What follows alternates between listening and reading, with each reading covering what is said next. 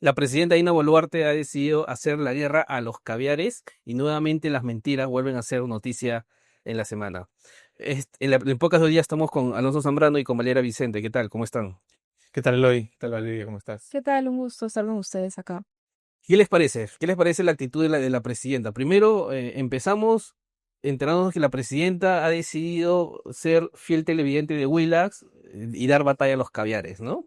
Empezamos con eso porque de ahí vamos a hablar del audio que reveló el semanero Gillibrand en sus 13 sobre Patricia Muriano, que es secretaria personal y amiga, ex amiga de Dina Boluarte, que literalmente la ha dejado sin piso, ¿no? Claro, este capítulo creo que aborda el tema de las mentiras, pero yo creo que, o sea, es importante darnos cuenta que la mentira es una falla reincidente de del gobierno de Dina Boluarte. O sea, acuérdate, el caso Rolex, el caso de Henry Shimabukuro, ahora el caso de las cirugías. En todos esos casos, destapes que ha habido en común, que Dina Boluarte ha intentado ocultar la verdad y claro, cuando sale la noticia, ella se queda acorralada, ¿no? Claro, o sea, ella agranda el caso con sus mentiras, ¿no? O sea, podemos diagnosticarle, creo, desde acá que Dina Boluarte es una mentirosa patológica, ¿no? ¿Por qué? Porque, claro, casos que quizás no tenían tanto estallido mediático, como empezó con el caso Rolex, y después con las mentiras de Dina, que eran mentiras que podemos decir fácil de corroborar que eran falsas. Entonces, y el caso creció y creció y creció, y bueno, nos enteramos con el tema Waiki, y hasta siguió mintiendo, porque sigue mintiendo, porque dice que va a ir a la fiscalía a declarar y aclarar el asunto, y cuando va, no dice nada. Ella habiendo prometido aclarar el asunto. Claro, ahora, Y así, ¿no? Y claro. así sucesivamente con los Ahora, otros también, casos. por ejemplo, en esta, el gobierno sacó un comunicado en el que se enfrentó justamente con el pronunciamiento que hizo Gustavo Gorriti, ¿no? Gustavo Gorriti un poco le respondió con un poco de sarcasmo por el tema de las cirugías, pero el gobierno, no sé tú qué opinas, Valeria, dijo que tocar el tema de la cirugía era lo quiso llevar por el tema de género, que se le está Ujú. atacando a la presidenta por ser mujer. Pero acá el tema es que ella es una funcionaria pública, no al margen de que sea mujer u hombre. Claro, creo que esa ha sido una estrategia de la que se ha querido agarrar Dina, el tema como este discurso feminista, ¿no? Pero creo que es importante recordar que ella se ausentó durante un buen tiempo sin dar explicación alguna, ella siendo una funcionaria pública, ella teniendo que cumplir labores, teniendo que visitar, teniendo una agenda que cumplir, ella se desapareció sin informar, sin avisar nada. Entonces esto va más allá de un tema de género, de un tema de feminismo, ¿no? Esto se trata de lo que ella debía hacer y no hizo, ¿no? Creo que es una falta grave. Ella, siendo un funcionario público, tiene deberes que cumplir, ¿no? Y creo que justamente este audio que revela el semanario Gillibrand en sus 13 confirma que ella mintió descaradamente, que ella en realidad se estaba haciendo una cirugía estética que no tenía nada que ver con temas de salud. Claro, claro. Entonces, claro, empezamos hablando de Dina como una mentirosa compulsiva, pero claro, a ver, creo que, Pero cuenta, claro, o sea, claro. cuenta, creo que la gente que no ha visto, escuchado el audio, quizá todavía no se ha enterado. O sea, ¿qué es el audio? ¿De quién es? ¿Qué habla? ¿Qué se cuenta en este audio que tú has publicado en Claro, la claro. revista? La historia es la siguiente, ¿no? Dina Boluarte se ha peleado con casi la mayoría de las personas que eran su círculo inicial. Hay uno que otro que todavía queda, que básicamente es el nexo Nicanor. Morgan Quero, Enrique Vilches, Riving, Yangali, que es el pequeño círculo de Nicanor. O sea, porque al inicio habían dos bandos de Dina. El bando de Por- cercano a Tarola, Tarola, el claro. bando de Nicanor y el bandito de ella. Que, Sí. entonces, claro, ese era el grupo que componía el círculo de Dina Boluarte. Entonces, Ella no tiene un bando así como tenía Castillo de los los chotanos. chotanos. Ella no tiene un bando de donde sea, ¿no? Y quizás su único bando, claro, el bando que se puede decir que de ella es el bando del Colegio de Abogados. Ok. Walter Gutiérrez y alguien de la RENIE, que es el caso de Patricia Muriano. Patricia Muriano era la secretaria de Dina Boluarte en la oficina registral de Higuereta. Tanto así que Dina Boluarte, cuando asume la vicepresidencia, la lleva como su asistenta en el despacho de la vicepresidenta. Cuando Dina asume la presidencia, la lleva como su asistenta personal. Patricia Muriano tiene en estos momentos 37 años. Componía pues este círculo de amigas de Dina Boluarte, con las cuales inclusive veía novelas turcas, como se ha revelado, ¿no? Que era Grika Sayak, Carmen Giordano y Patricia Muriano. Era el grupo de las amigas asistentas personales de la presidenta de la República. Pero Dina se empezó a pelear, pues lo de Grika, que reveló también el semanario con el caso de Ionia. Grica tuvo que abrirse porque de ahí se estalló más el tema Grica. Carmen Giordano hace poco la nombró en el directorio de Indecopi, ¿no? Llamativo, porque no tenía el perfil. Es una testigo clave Y también. era el testigo clave del caso Rolex. Y la otra persona era Patricia Muriano. Patricia Muriano, Dina la saca de su círculo porque decía de que ella era muy cercana al ex premier Alberto Taro. Es más, como revela el semanario, eh, Dina le han hecho creer de que Patricia Muriano la tiene grabada y que ha estado filtrando información a Tarola y a la prensa. Bueno, entonces se rompe el vínculo de Patricia Muriano con Dina Boluarte y Patricia literalmente estuvo censurada de trabajar en el Estado y se va a vivir a Estados Unidos. Y en ese momento ella tenía mucha información, o sea, ella, por lo que revela el audio, ella llevaba la agenda personal de Dina Boluarte, ella hacía las cosas personales de Dina Boluarte, o sea, me dicen que hasta pagaba la luz de la casa de Dina Boluarte, porque o sea, de todo ese círculo era la que más tiempo conocía a Dina. Se pelean por el tema Tarola, y claro, y Patricia estaba empezando a hacer una especie de daba información al Ministerio Público por varios casos. Pero claro, siempre sus declaraciones se frustraban porque claro, el equipo legal que tiene Dina Boluarte con Juan Carlos Portugal a la cabeza boicoteaba y boicoteaba. Y ahora aparece este audio, ¿no? Que es un audio, según yo tengo información, se grabó el año pasado, a fines del año pasado, y es un audio donde Patricia cuenta varias cosas. Es un audio que dura aproximadamente 4 minutos y entre las cosas que cuenta, primero cuenta todo el tema de la operación. La operación fue estética, siempre fue estética, ¿no? Es más, dice, por ejemplo, una de las caras, ¿no? Dina decía que, como quiera recordar, que había sido una operación Un por tema de necesidad salud, médica. claro, un tema de No salud. respiraba bien y que era una urgencia, ¿no? Una cosa así. Era un tema por tener una obstrucción nasal. Ujú. O sea, lo primero que dice es la asistente de la presidenta la desmiente y dice, no, fue operación estética, se la hizo, la rinoplastia se la hizo un médico especialista en cirugía estética de la nariz y el resto se lo hizo Cavani. Ese es lo primero que cuenta Patricia Morán y además lo cuenta de manera espontánea, o sea, en ningún momento está preparando un guión, nada. Lo segundo que cuenta Patricia es el papel de Nicanor. Hay una frase que dice, Nicanor se metía en todo. Y es más, Dina le dio las prefecturas para que él haga negocio ahí. Lo otro, volviendo a lo de Cavani, es que Cavani no cobró y se cobró de otra manera, también dice el audio. Y de ahí habla sobre que Grica Sayak, que Dina en todo momento sabía que Grica Sayak había presentado documentos falsos para ganar contratos en Palacio de Gobierno, ¿no? Y también hay una frase que dice, si fuésemos una mierda, soltaríamos todo esto a la prensa. O sea, eso quiere decir que ella sabe más cosas de Dina Boluarte, más irregularidades, más mentiras, y qué más no sabemos de la presidenta, ¿no? Ujú. Ese es básicamente o sea, los 4 minutos 10 que tiene el audio publicado por el semanario. Y me llama la atención porque, claro, lo que menciona Muriano tiene mucha coincidencia con lo que hemos visto, ¿no? O sea, me acuerdo que cuando vimos el caso de Nicanor Boluarte y cómo él manejaba a los subprefectos, efectivamente, o sea, él, todo pasaba por sus manos y todo justamente, y la fiscalía lo apunta así también, todo necesitaba la autorización de Nicanor Boluarte, pero ¿con la venia de quién? Con la venia de la presidenta, ¿no? Y el último caso me dijiste cuál era, el de... Grica Sayak, Ah, el de Grica, ¿no? De los papeles falsos. de los papeles falsos, claro, que el Contraloría reveló de que Grica Sayak falsificó documentos para obtener estas órdenes de servicio, ¿no? Ujú. Claro, Grica Sayak era como una especie de la operadora. O sea, entre las tres amigas, Grica Sayak era la operadora de Dina, la que se movía, iba a instituciones públicas. Ujú.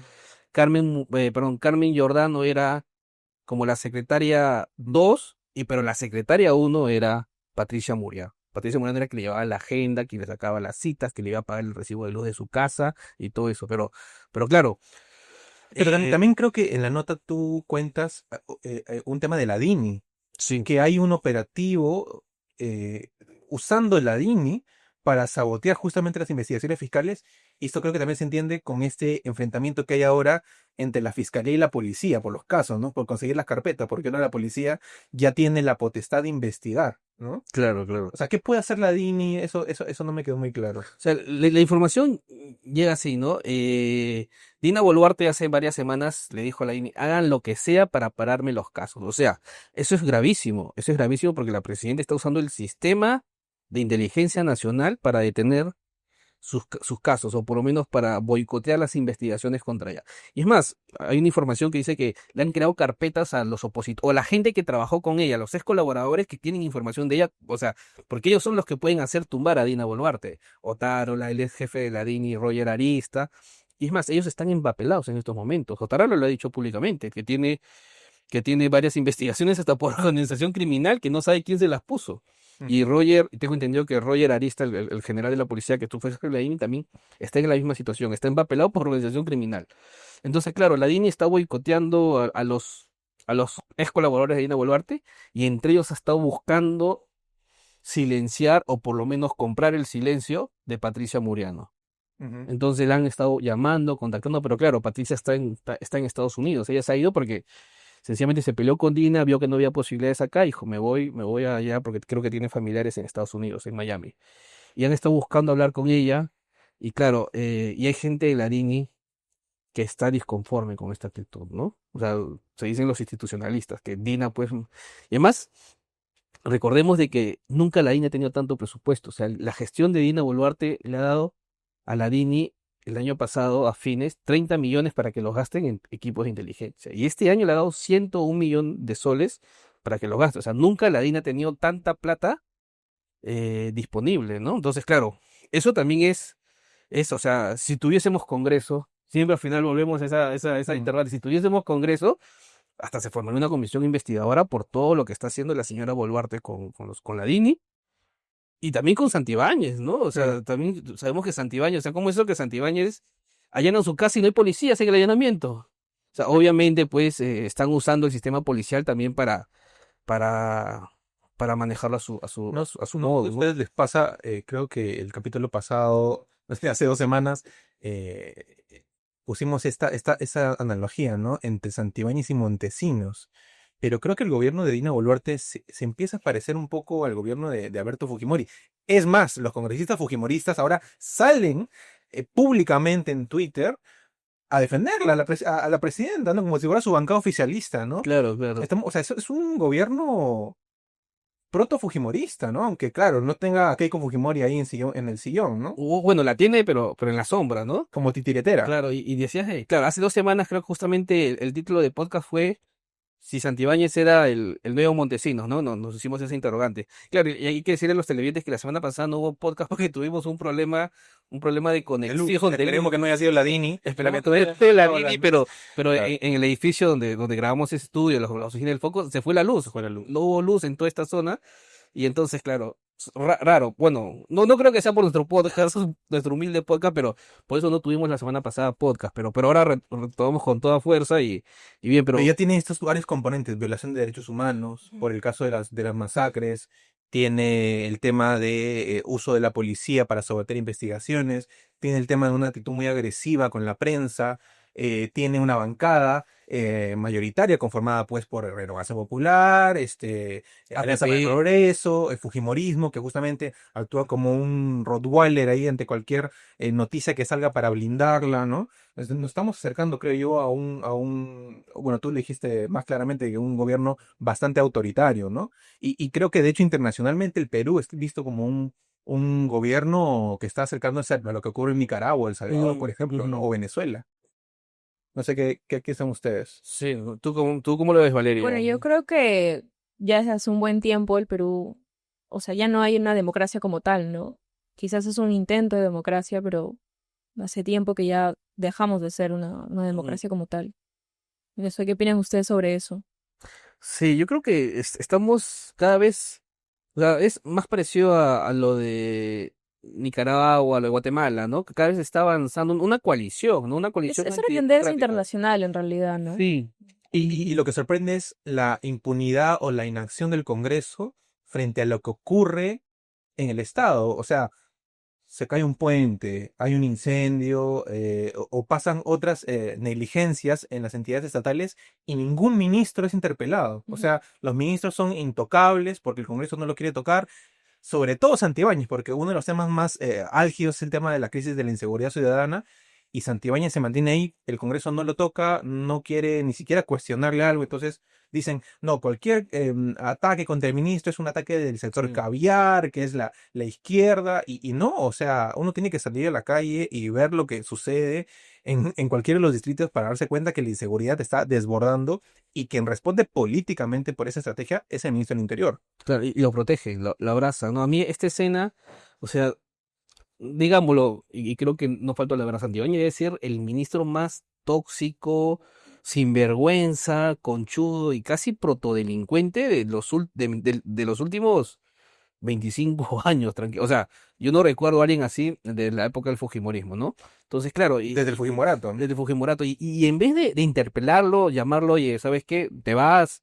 No, el Congreso, o sea, lo defiende y Dina Boluarte lo defiende. Este show que montaron el día del allanamiento, aplaudiéndolo, diciéndole vivas, abrazándole, o sea, me dio esta sensación de impunidad, ¿no? O sea, este señor, o sea, están protegiendo a alguien que yo creo que debería estar dando cuentas a la justicia y no en el cargo de ministro del Interior. Ujú. Y creo también que, o sea, los discursos que se utilizan para blindarlos, hace tiempo que dejaron de tener argumentos y hablan, por ejemplo, de que es un ataque de los caviares, ¿no? Cuando en realidad no tiene nada que ver, creo que ya ni siquiera tienen forma de cómo seguir sustentando que ese tipo de personas sigan en el cargo, ¿no?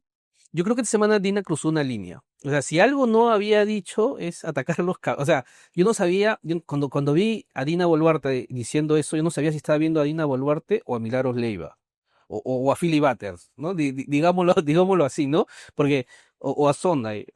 Caviares, caviares, caviares, ¿no? Que caviares, o sea, pensaba Bueno, que no estaba hay, viendo. no hay una relación lógica Claro. entre Pero además esas ella cosas. está ahí por los caviares. O sea, Claro. los caviares fueron los que votaron por Pedro Castillo y ella como vicepresidenta. Y ahora ella Claro. se ha vuelto al bando opuesto y los critica, pero yo creo que hay una, o sea, Es una estrategia, claro. esa frase, y creo que hay que resaltarlo, esa frase de quienes están detrás de esta campaña contra mí son los caviares, es una frase pensada. Es una frase Sí, pensada claro. para ir en concordancia con los que la mantienen en el cargo, el Fujimorismo, ¿no? Claro. Hay una conversación, o sea, esa palabra no está ahí gratuitamente, no es espontánea, es una muestra de ella diciendo, yo estoy acorde con ustedes, Fujimorismo, con ustedes, Renovación Popular, Ujú. en su lucha contra los caviares, con ustedes, Perú Libre, que también se También, enfrentan claro, con los claro. caviares, entonces, por si acaso, tenemos el mismo discurso, ¿no? No es algo gratuito. Claro, tenemos el mismo enemigo. El mismo Ujú. enemigo. Yo me sumo a este grupo, ¿no? Pero claro, a mí lo que me llama la atención es, además de que me pareció, o sea, ya cruzó una línea la señora con su discurso, contra Gorriti, contra Pérez, contra Vela, contra Marita Barreto. Le faltó decir Soros, solamente la señora Boluarte. Un poco más y decía Soros, USAID. Usaid, Soros, ¿no? Pero claro, yo me quedé sorprendido. Cruzó una línea la señora Boluarte. Y lo segundo es que creo que peca de ingenuo. O sea, porque se pega al bando, como dice Gustavo Ritti en una entrevista con la República, a esta costra del 3%, ¿no? A esta costra que nadie quiere, pero que tiene el poder en estos momentos, ¿no? Entonces, y Dina Boluarte ha decidido plegarse a eso. Y que a su vez, o sea, si hay alguien que políticamente, o personajes que políticamente son desleales, es el Fujimorismo, APP, Cerrón, porque, o sea, Cerrón resulta de que es un comunista que para con la derecha, o sea, eso nunca he visto. Entonces, claro, la señora yo creo que busca plegarse a ellos, yo soy de ustedes, ayúdenme, vamos juntos, claro, pero a la primera que no les sea útil, le van a meter, le van a decir muchas gracias por su servicio, está despedida, Y ¿no? además, en elecciones, cuando ya se ven elecciones, el pasivo político que tiene Dina Boluarte con todo el manejo desastroso que ha tenido en tema de inseguridad y otros temas en otros ministerios, es un anticuerpo que la gente lo va a tomar. Entonces, quienes estén relacionados con ella van a asumir ese pasivo político. Mi pregunta es, ¿el Fujimorismo va a querer asumir el pasivo político de Dina Boluarte? Porque actualmente es básicamente, junto con APP, junto con Renovación Popular, son como sus bancadas oficialistas. Ujú. ¿Ellos van a querer asumir eso o van a tomar medidas contra ella y se va a quedar más sola que nunca con el objetivo de limpiarse las manos, ¿no? Claro, Porque claro. las elecciones ya se vienen. Bueno, yo creo que se viene, o sea, en abril me dicen que van a adelantar el anuncio de elecciones, la agenda va a cambiar, ya Dina Boluarte va a pasar a ser un segundo plano y los candidatos presidenciables, congresistas, candidatos al Congreso y demás van a acaparar los titulares, digamos. Pero Ahora, ¿ella cree en serio? O sea, ¿ella qué pensará? ¿Que se quedará en el país? Eh, o sea, ¿ella en serio cree que con el tema de los derechos humanos, de las masacres, con ese tema del Guayquis en la sombra, con el tema de los Rolex, con el tema de la cirugía, con la fiscalía detrás de ella, va a estar tranquila en el país? O sea, habría que ir viendo, ¿no? es que ella por eso se pega a los anticaviares. O sea, protéjame, o sea, soy ustedes, ¿no? O sea, Pero eso el 28 de julio se pero, termina. pero eso, claro, por eso ahí está la ingenuidad de Dina Boluarte, ¿no? O sea, eso para ellos, el 28 de julio ya Dina Boluarte no les va a ser útil. Entonces, claro, y le ha pasado a muchos expresidentes, ¿ah? Que después de dejar la presidencia se quedaron pues solos, ¿no? O sea, eso es, al final. Pero en este programa queremos también hablar de un tema, además de Dina Boluarte, que está ocurriendo durante su gobierno, ¿no? O sea, es algo muy serio, muy preocupante y muy importante, ¿no? Esta semana en el Foco hemos revelado una investigación que ha tomado 3 meses, hecha por Valeria Vicente y por Fabricio Cabrera, que le hemos titulado el Club OPSE. O sea, que es algo que se está moviendo mucho dinero y que creo que hay que prestarle mucha atención. Invitamos a los televidentes del Foco TV a que vean el informe especial. Vamos a difundir, hay un documental que también se va a difundir. Entonces, 3 meses de investigación, se ha descubierto, Valeria y Alonso, de que 15 empresas se adjudicaron en la región Ica 671 millones de soles mediante la modalidad OXI, una modalidad tan aplaudida, ¿no? Pero resulta de que cuando se ha ido detrás, se ha profundizado en el caso, eran empresas cascarón en la mayoría de los casos, no tenían 0 trabajadores, en otros casos tenían 3, 4, 7, 10 en algunos casos, y el tema de los bonos de la reconstrucción de los años 80 con los cuales han metido plata para poder ganar, ganar estas adjudicaciones. Pero lo primero, Valeria, tú que eres autora del reportaje, creo que eh, nuestros televidentes quieren ver, o sea, explícanos un poco qué es la modalidad OXI y cuáles son las revelaciones de esta Ujú. investigación que hiciste con Fabricio. Sí, creo que es importante explicar cómo funciona el mecanismo OXI, porque no es que de plano estas empresas hayan recibido los millones de soles como tal en efectivo, ¿no? Sino que un gobierno regional, por ejemplo, considera, o una municipalidad o un ministerio considera que cierta construcción o cierto tipo por ejemplo, patrulleros o motos o todo lo que es vinculado a temas de seguridad, por ejemplo, son de interés social, o sea, son necesarios para cierto distrito, para cierta región. Entonces, convoca a empresas privadas a que construyan este tipo de obras o brinden ese tipo de servicios a cambio de que una vez culminada o entregada la obra o entregada los productos, la municipalidad le dé un certificado por el valor de la obra que luego puedan utilizarlo para deducir sus impuestos, ¿no? O pagar sus deudas. Entonces es importante tener eso claro para entender cuál es el negocio detrás, ¿no? O sea, cuál O sea, es. el negocio es obtener el Claro, certificado. claro, porque no es que el gobierno les pague a las empresas, no es que le dé el efectivo así, ya acá está, gracias por todo, acá te pago, no, no funciona así, sino que les da un certificado que luego pueden utilizar para deducir sus impuestos o pagar sus deudas, ¿no? ¿Quién acredita el certificado? O sea, ¿qué entidad? O... Los gobiernos regionales, las municipalidades, la entidad con la cual, la entidad que adjudica la obra, ¿no? Ok. Sea un ministerio, sean gobiernos locales, ¿no? O sea, acá está involucrado por inversión, Claro, por inversión que es es la entidad la que que promueve, monitorea, la que promueve. ajá, que promueve. Los gobiernos regionales o municipales, o en algunos casos ministerios, que son los que al final firman el contrato, Son los que adjudican estas adjudican. obras. Y de ahí el MEF, porque el MEF es el que entrega el certificado Claro. con los millones que supuestamente ha invertido bueno, ha invertido porque al final la entrega, pero ese certificado que es el que se negocia, el que al final se va a un mercado negro o un mercado blanco, digamos, Alternativo, pero ¿no? alternativo donde se negocia este certificado que puede deducirse impuestos o O cualquier pagar otro deudas. tributo, ¿no? Ajá, sí. El tema aquí es que lo que nosotros hemos encontrado es que hay un incremento notorio que en los últimos años y conforme a las modificaciones que se han hecho a la ley OXI, a la ley que regula este mecanismo, han incrementado el número de empresas cada vez más pequeñas, sin números de trabajadores, que han inflado su capital con bonos de reconstrucción. Este tipo de empresas cada vez contratan más con el Estado para realizar este tipo de obras, ¿no? Ahora, el tema aquí es que este mecanismo inicialmente se planteó para que grandes empresas como mineras, como bancos, realicen obras de interés social y luego puedan deducir sus impuestos, ¿no? Porque justamente son empresas que liquidan mucho, que tienen muchas, o sea, que tienen grandes impuestos que pagar y por tanto les sirve ese tipo de certificados. Pero ¿qué pasa cuando una empresa que no tiene trabajadores, que no tiene liquidez como tal, gana un certificado por, no sé, 50 millones de soles, ¿no? O sea, ¿de qué le sirve a esa empresa este tipo de certificados si no va a poder usarlos, ¿no? El tema es que luego estas empresas venden esos certificados a un menor precio, claramente, pero a empresas que sí lo pueden utilizar y terminan recibiendo el dinero en efectivo como tal, ¿no? Entonces, ese es el negocio detrás de los certificados.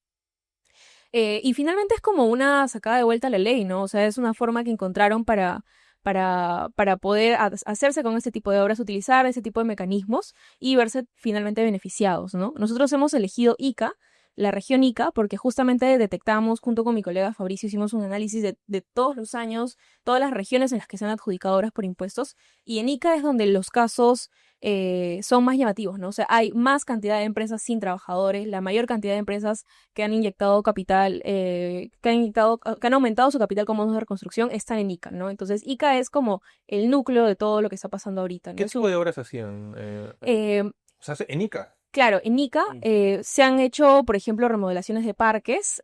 Ahora último, hace 2 años, se modificó la ley para que se pudiera incluir también obras vinculadas a temas de seguridad. Y, por ejemplo, estas empresas han entregado patrulleros, ¿no? O han entregado flotas de motos al gobierno regional.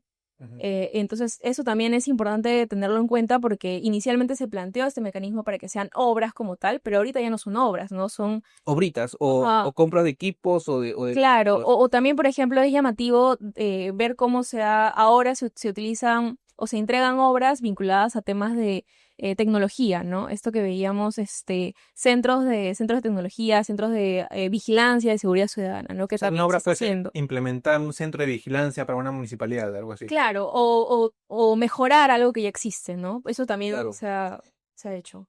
Recuerdo haber hecho notas sobre el tema Oxy, pero claro, la característica era que lo hacían grandes empresas. Claro. Porque, claro, la idea era que estas empresas hagan la obra y a cambio reciban un certificado para pagar menos impuestos. O sea, al final no se comercializaba, era un tema que básicamente estaba en papeles. Todo oficial, todo muy, muy correcto. Había una que otra empresa, recuerdo haber hecho un reportaje para Ginebra en su 13 que, por ejemplo, Bacus hizo una obra por impuesto y resulta que había hecho mejorar la carretera que está fuera de su almacén principal. Claro, lo beneficiaba, pero de alguna forma entraban otros carros ahí y pasaban por ahí. Entonces, claro, pero eran grandes empresas. Bacus, Claro. Telefónica, Es Antamina. que ahí tiene sentido en que estas empresas luego Están ellos. realmente pueden usar ese certificado, porque justamente Claro. tienen o tienen ese nivel de impuestos que pueden pagar, ¿no? Pero empresas con 0 trabajadores, por Claro, ejemplo, y lo que pasó fue que este congreso, como dices en el reportaje de Valeria, claro, este congreso hizo dos cosas. Flexibilizó este congreso, o sea, se aprobó o sea, fue un proyecto de ley de sí, la claro, congresista de Diana Diana González González de y Avanza de País, Izarzaburu. de Izarzaburo, que al final el Congreso lo aprobó y este gobierno casi no se compró el pleito, ¿no? Y fue. Y entonces, y claro, dijo que ahora lo puede hacer cualquier, o sea, los certificados ahora se pueden comercializar, ya no solamente va a ser obras de infraestructura, sino equipamiento, seguridad, salud, o sea, amplió todo el abanico y no solamente va a ser impuesto a la renta, porque antes solo era impuesto a la renta. Claro, Claro, ¿y quiénes pagan impuestos a la renta de más de 1 millón? Grandes empresas, nada más. Dijo, no, abrió la puerta y dijo, un mercado persa, ¿no? Claro, entonces ya aparecieron todas estas empresas cascarón, que ahí viene el otro punto, que claro, para ganarte una obra por impuestos necesitas tener el doble ujú, como capital ujú. social, el doble de la obra que te quieres adjudicar. Es decir, si te quieres adjudicar 50 millones de soles para comprar patrulleros, tienes que tener 100 millones de soles. Entonces, ¿ahí qué hicieron, Valeria? Han utilizado estos bonos de la reconstrucción que se han dado en la época de los 80, en el contexto de la reforma agraria, por ejemplo, para ir con un perito y decir, ahora cuánto vale esto, ¿no? Y a esto puede valerte, no sé, 50 millones ahora, ¿no? O 180 millones, ya, ok, con eso van a sonar y inflan su capital. Pero lo que hemos encontrado es que este tipo de bonos, y en realidad eso ya se sabe, ¿no? Desde mucho tiempo, que este tipo de bonos se comercializan en Mercado Libre a 150 soles, ¿no? Eso, Son, claro, son un papel. hay una foto ahí, me acuerdo en el informe de bono de 10.000 soles peruanos de los 80 a 150 O soles. sea, un bono de 50 millones lo puedes O sea, es un bono que vale 10.000 soles oro. Ok. Entonces lo venden como una reliquia en Mercado Libre a 150 soles. Entonces alguien lo comprará, pero esa persona también puede ir con ese bono, con un perito Claro. a que lo tase al valor actual. Y luego con ese informe pericial va a SUNARP y dice, quiero aumentar mi capital con este bien y así incrementa su capital en 50 millones. Una farsa total, es claro, es como que nosotros en el fondo compramos un bono de Mercado Libre a 150 soles, lo tasamos a 50 millones, lo metemos como capital y ahora el foco vale 50 Pero millones. ese perito que da esa tasación, ¿de dónde sale? ¿De Azángaro? ¿O qué, cómo? Sí, pues hay eventos, Ujú. pero claro, y así funciona. Entonces, claro, estas empresas con eso valían más, ganaban obras.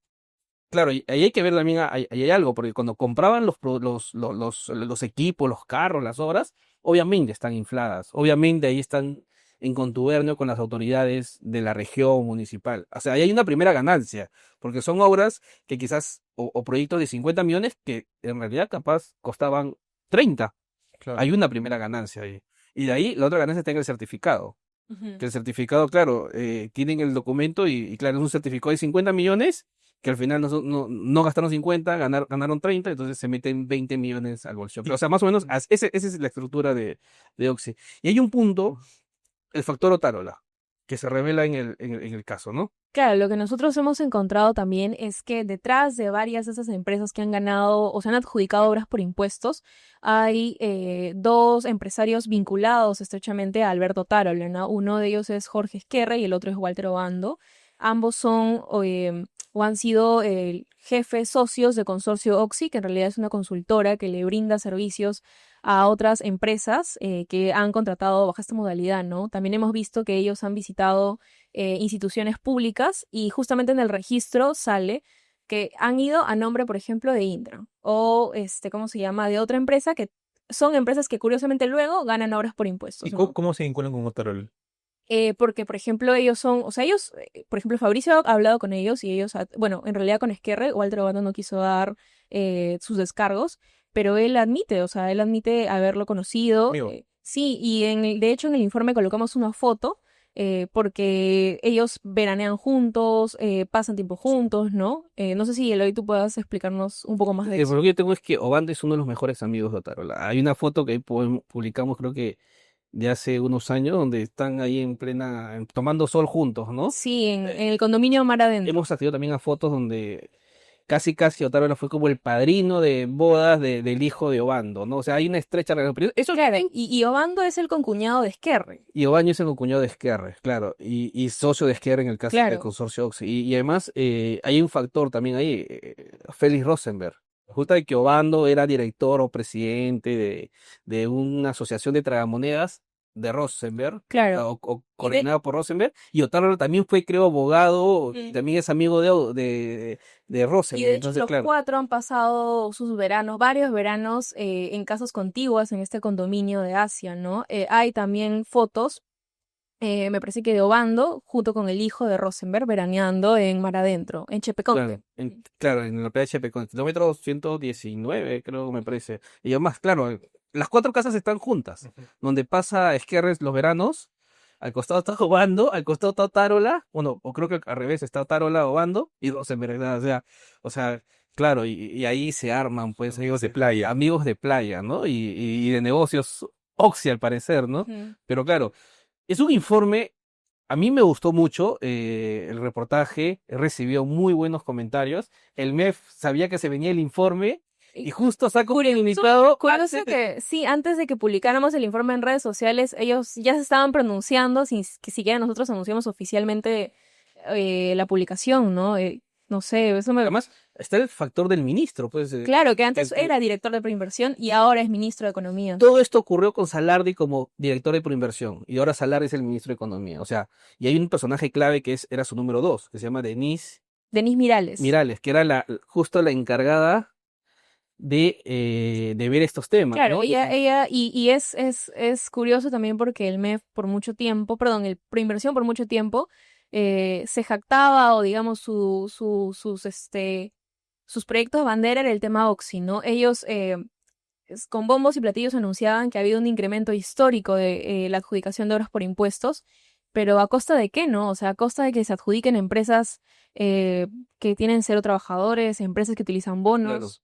Y Denise Mirales ahora es Ahora es viceministra la de Economía. viceministra de Economía. O sea, todos los que estaban maquinaron o por lo menos estaban detrás de Proinversión para hacer este festín. Claro, es que es su Ahora mano derecha. ahora mandan en el MEF. Claro. No, interesantísimo. Yo los invito a leer ese reportaje que es muy riguroso, como dije. A mí me gustó mucho, una investigación de 3 meses. Te felicito, Valeria, y felicito a Fabricio. He recibido muy buenos comentarios en el reportaje porque es sólido, ¿no? O sea, se ha buscado, o sea, ¿qué son las características del foco?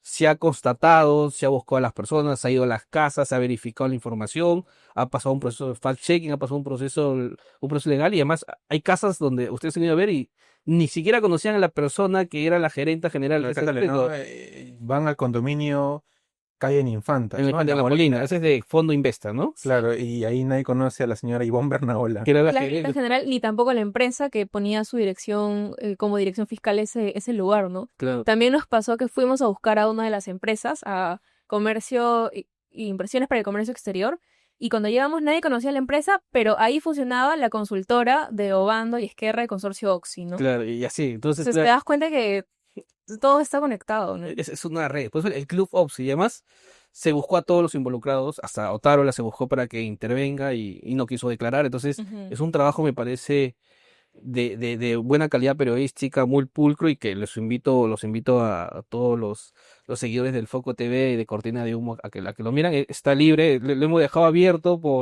porque queremos que se enteren de esto. Hay otros reportajes que están cerrados por un tema de...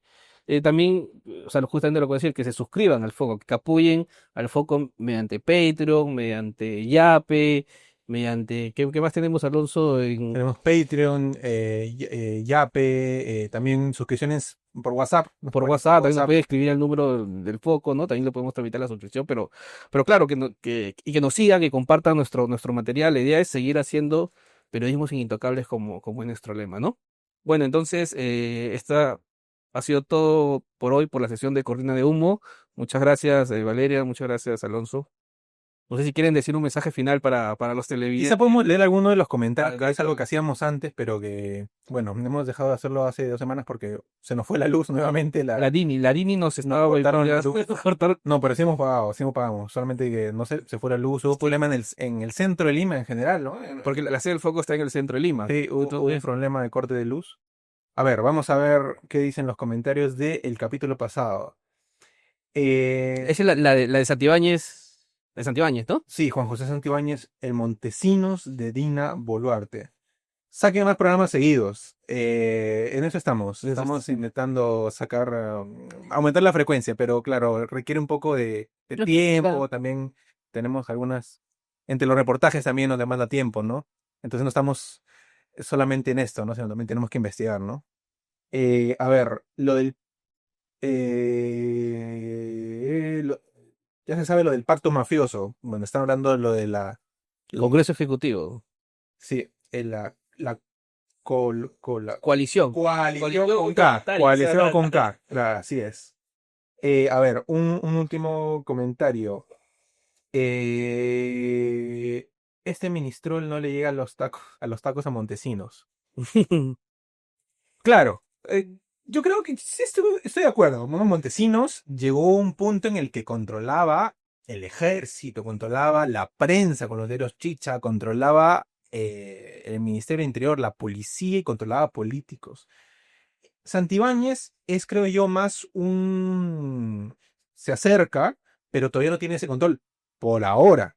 Porque si la presidenta Dina Boluarte, por ejemplo, como ya tiene el control de la policía, ¿no? Por ejemplo, toma entes electorales y otros, creo que Pero al final puede ganar poder, ¿no? van a eso, ¿no? La coalición, como dices, con K, va camino a eso, ¿no? Dina Boluarte o sea, es como la pieza útil de esa coalición, ¿no? Claro. Y él es como su Rottweiler, ¿no? Su Rottweiler, su operador, que bueno, desmanteló la DIVIAC y bueno, quitó a varios coroneles importantes. Digamos, robarle figurativamente, nomás, ¿no? No, claro, claro. Porque entonces no mande porque ahora está de moda No. mandar cartas notariales. Así es, Mandar así es. cartas notariales Figurativa. Santibáñez y el otro que quiere mandar cartas notariales a todo el mundo es es López Aliaga, ¿no? También. Esta semana me hizo tendencia López Aliaga y me mandó carta notarial y bueno, yo ya respondí, pero bueno. Claro, figurativamente, ¿no? Políticamente, Rottweiler político, ¿no? Pero bueno, ok, sí, pues esos han sido unos comentarios que hemos leído y déjanos más comentarios para leerlos en la próxima edición, por favor. Listo, eso es todo por la sesión de hoy día, porque ya José nos está diciendo ya. Corten. Corte. Y será hasta la próxima edición de Cortina de Humo. Que vuelve Ale, porque Ale en este capítulo no ha estado. Sí, sí. Y bueno, ya regresa Ale. Para los que le extrañan. Para sus seguidores. Para sus porque seguidores, es en este seguidores, club de fans. Ale Rosas. Listo. Muchísimas gracias y hasta la próxima sesión de Cortina de Humo.